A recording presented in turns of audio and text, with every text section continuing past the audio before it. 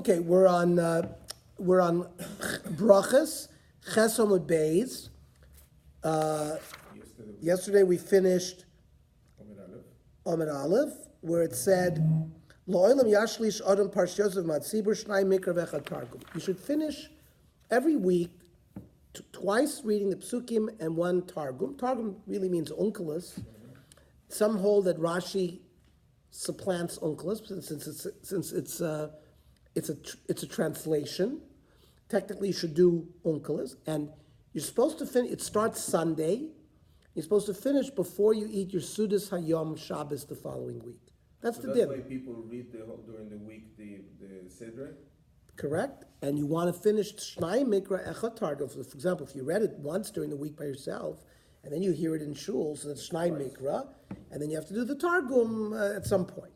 And it's got to be completed by the time you eat your Sudas Hayom Shabbos. The day Shabbos, right? Vafilu Ataros V'Divan, there are some, those are places. So there's no Targum to the words Ataros and Divon. Even so, you have to read them.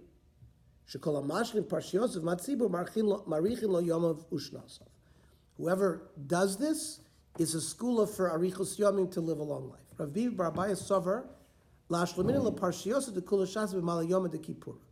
Rav Bibi bar Abaye sometimes would miss certain parshiyos. They say that, for example, during the Yarchei Kala, which was held during Adar and Elul, and it was a very busy time, he would be preparing his shiurim, and maybe he didn't finish certain parshiyos, so he wanted to make like a makeup. He would make up Erev Yom Kippur. He figured, if I have some free time in Erev Yom Kippur, I'll make up those parshiyos. Chia Barav Midifti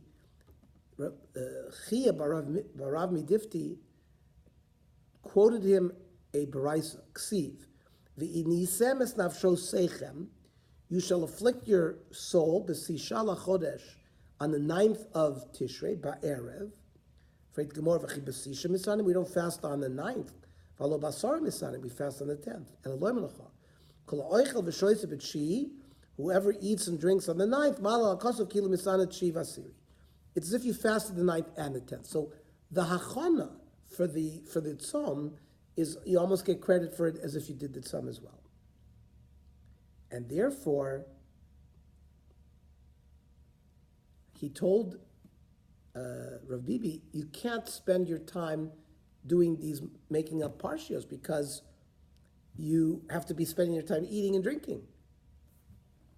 So he said, fine, I will do it even before Yom Kippur. Fair, no. Tanino, v'vad shlo yagdim v'shlo ya'acher. You need to do it with the tzibur, week by week by week. You can't do it too soon, you can't do it late. That's the concept. Kirom Rav Yeshua ben Levi, levanei. Rav Yeshua ben Levi gave a tzava, a command to his children, maybe when he was about to pass away, that ashlimu parshusaychu imat tzibur, make sure you finish reading the parshas with the tzibur week by week, shnai mikra v'echad targum. He gave them other advice. He said, Hizaru bevridin, to Rabbi Yehuda. Be careful about the veins and the arteries when you shecht. This not. Rabbi Yehuda Omer, Achi yishchot zavridin. So we learned in Hilchos Shchita that by a big animal, you have to cut both simonim, the kana and the veshet, the trachea and the esophagus. By a bird, it's one or the other, either the kana or the veshet. But he said, even if you only cut one of those things, that's fine, but you should make sure you cut the veins, the big arteries in the veins, because if you don't, the bird will be full of blood, and you should be careful to cut the veins, let the blood drain out. Then he gave another eitzah to his children. He's aru bezoken sheshachal talmudo, machbason. Give a lot of kavod to a Talmid Chacham who is aged, who because of illness has forgot his learning. He has Alzheimer's or another dementia. Damrinon, where's the svar for that, or the raya for that? Luchos v'shivrei luchos monachos ba'aron. That the first set of luchos, which Moshe Rabbeinu broke when he came down on Vav Sivan, and he saw the Egel Azov, and he broke the luchos. So then later on, he came back on the 10th day of Yom Kippur. You know, he had to go up 40 days and another 40 days. The real luchos and the broken luchos were all put into the Aron to show that even broken luchos, so the Talmid Chacham who has forgotten his learning because of illness, he's like considered like shivrei luchos. So he has to be treated with honor as well. Armel Ravel of Nei. Oh, since we're mentioning Rav Yeshua ben Levi, what he said over to his children, we bring other tzavos that other Rabbanim said to their children. Armel Ravel of Nei. Kishatem choitchin basar, when you're cutting meat, al techtuchol gavayad. Don't, put a piece of meat on your hand and take a knife and cut it on your hand. You're gonna injure yourself. Ikid yamim mishum sakana. Some say it's because of sakana, because you're gonna injure yourself. Ikid yamim mishum kilkul seuda. No, that let's say you did cut it and you cut yourself and there's bleeding and there's blood on the food, it makes it mose, makes it disgusting.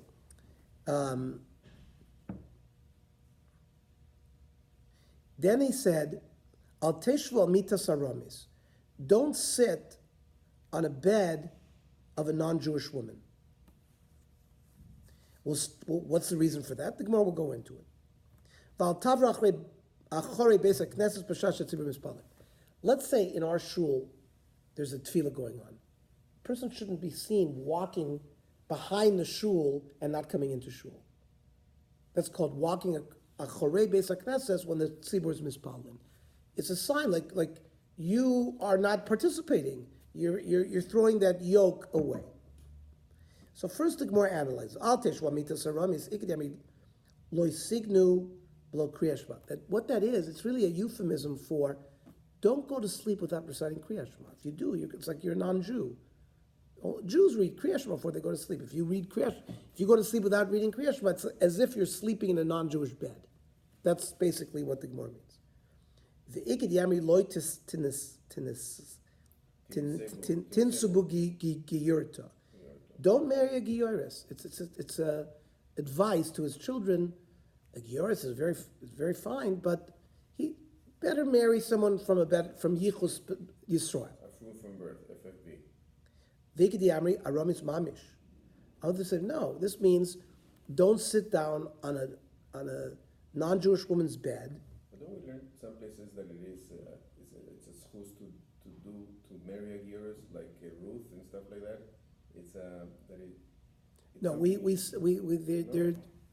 There are positive and negative statements throughout Shas about gayrim. Now, here's the first comment we have about marrying them. I don't know if there's a thing that says remember it says gayrim are kashim l'klal Yisrael. They're hard. That means when the more converts we have, it leads to problems. Other people say no, it's not. There's milas to that. I don't know if there's a source that says that they encourage us to marry them. Now, what's this Maisa de Rav Papa? Rav Papa, listen to this. Rav Papa Ozla Gabi Aramis. We're on Zion. We're on Ches Amud Beis, halfway down. Rav Papa Ozla Gabi Aramis. Rav Papa visited a non-Jewish woman, Hotzia Lomita, and she invited him to sit on the bed.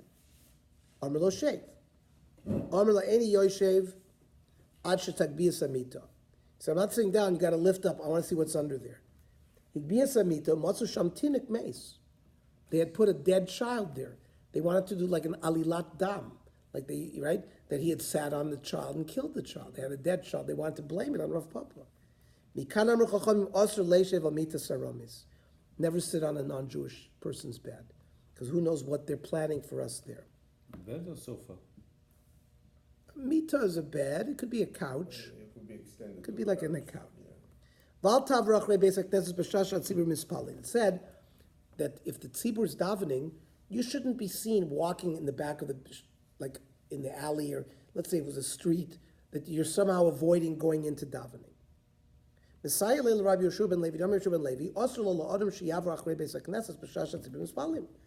It's prohibited to do that.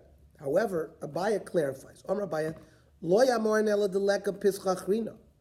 example, let's say there's only one opening to the shul. You see, if there's two openings, just because one guy sees the guy walking behind, maybe he's coming in through the other Pesach. So the Isser is only when there's only one Pesach, when people know for sure he's not coming in to the shul. And this prohibition is only when this is the only shul in town. But if there's another shul in the town, maybe he's heading to the other shul. So it's not usr. Right? There's no isser if there's another shul in town. Lo yamaron elodori tuna v'lo rahit. For example, if he's not carrying a load, he's not running quickly. V'lo manach tefillin. He's not wearing tefillin. In those situations, you can question, maybe he's going to blow off davening completely. But let's say you see he's carrying a big burden. Well, the reason he's not coming into shul right now is because he's schlepping something to a furniture store. Or he's running because he's got an appointment. Or he's wearing tefillin. Well, if he's wearing tefillin, we're not going to be choshed that he's not going to daven somewhere. So in those situations, it's not osir. Tanya Rabbi Kiva b'shlosh dvarim oivanias hamadoyim. So poras umodai. Modai they were the ones who conquered Nebuchadnezzar, the Babylonians. So he praised the Madoim, the Medes. When they cut meat on a cutting board. When they kiss, they're like the French. They don't kiss where it's like a tznius issue. They kiss your hand, and that's a nice midah. When they give each other advice, they don't just do it. They go out into the field and they give advice secretly so that it won't be overheard. So Achashverosh was king of was a Modai. No, first it was Modai, then Poras. Then there were two different kingships. So Achashverosh was king from Poras and Modai, no? One kingship rolled into the Persian kingship. He was a Persian king, but the Medes like Belshazzar, there were the previous kings that overthrew Nebuchadnezzar. They were the Medes, the Chaldeans and the Medes, and then eventually the Persians came from the Medes. So he was from the same Geza.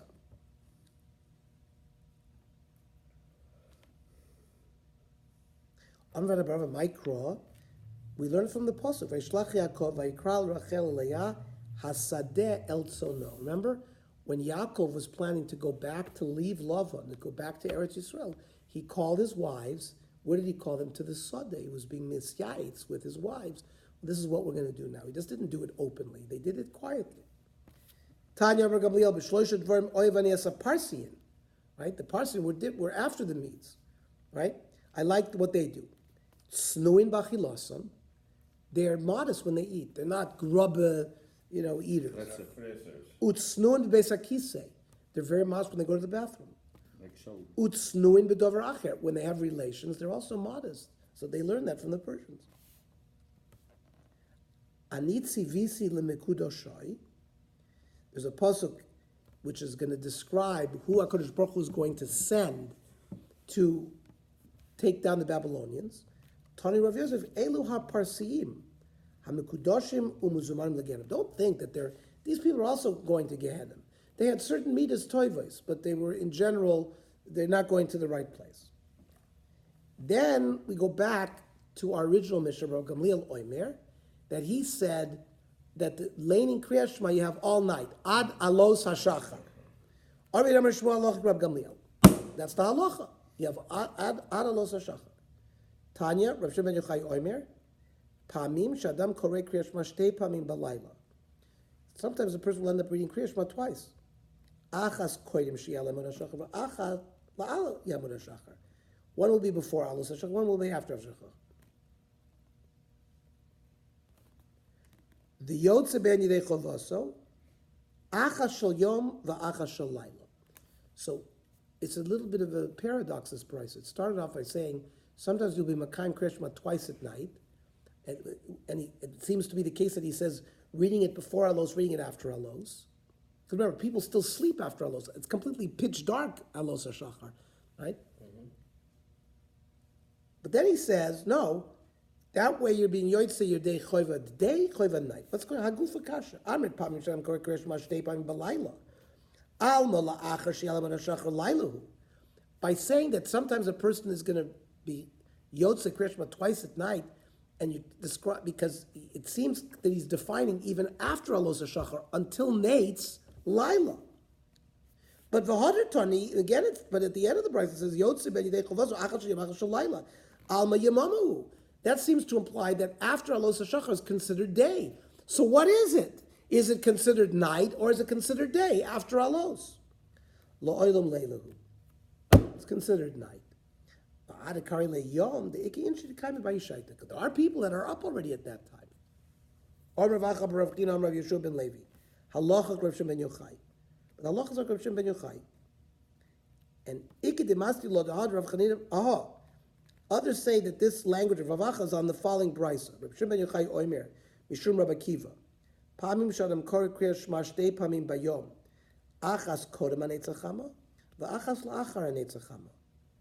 So he's describing that even before Nates is considered Yom. But then it says, V'yotze ben yidei chovoso, also shal, achas shal yom, achas shal layla. Again, hagufa kasha, there's an internal contradiction.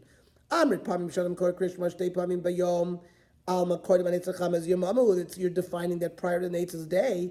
V'hadar tani yotze ben yidei chovoso, achas shal yom, achas shal layla, alma laylahu. Olam yamamahu, it's considered day.